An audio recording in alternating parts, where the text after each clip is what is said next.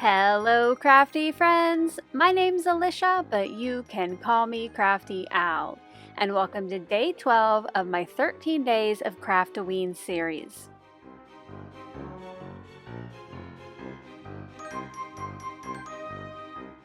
Spellbinders generously sent me one of their 2025 Halloween Advent Calendars to open and share with you here on my channel.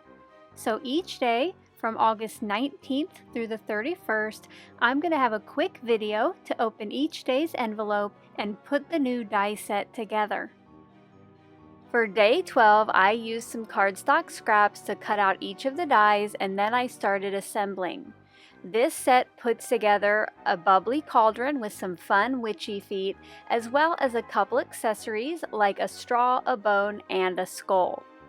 Off to the left, I do have the packaging to help guide me with assembly, and for this series, I am using that card for color inspiration. Something special to take note on this die set is it comes with a separate ring to go at the top of the cauldron. Now, per the little insert card that comes with it, some of the bubbly elements go underneath the front of that and some go over it. So when I started, I just added adhesive to the back half of that rim, and then I started inserting all of my bubbles.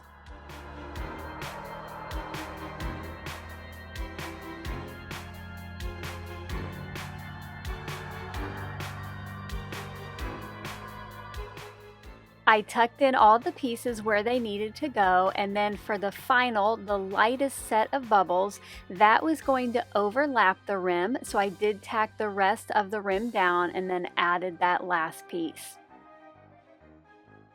Inside the 2025 Craft-O-Ween box from Spellbinders is an orange and purple sequin mix, a stamp set with lots of great Halloween themed sentiments, and 13 envelopes.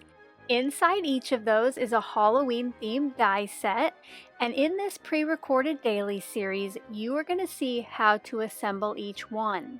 If you would like even more inspiration using these die sets, make sure to subscribe if you're not already, and then join me at the end of October for my daily live stream series.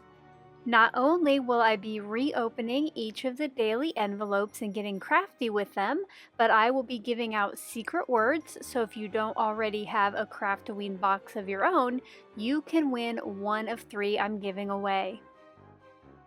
I wonder what potion this witch is brewing up. To display or kind of showcase all of the die sets that I'm putting together for this series, I made myself a set of 13 rounded tags. To do this, I use a spiderweb backgrounds press plate with some light gray ink, and then once I had all of those, I cut them in half for the final cards. That means the finished size of these is 2 3/4 wide by 4 1/4 inches tall. When those were all cut down, I used a corner rounder on each of the edges, and then I punched a hole, and these will all be hanging on a book ring. To easily tell which day each of the sets was from, I also made myself some number circles using the Pip and Rank die set from Spellbinders. Once the die set and the daily number were all put together, I placed them onto the background. Now, some of the dies do hang over the edge, but I think that looks kind of fun when they're all stacked together. Here's a look at today's finished tag, and I hope to see you back here tomorrow to find out what the last day, lucky day number 13, has in store. Until then, I hope you're all having a crafty day. Bye-bye.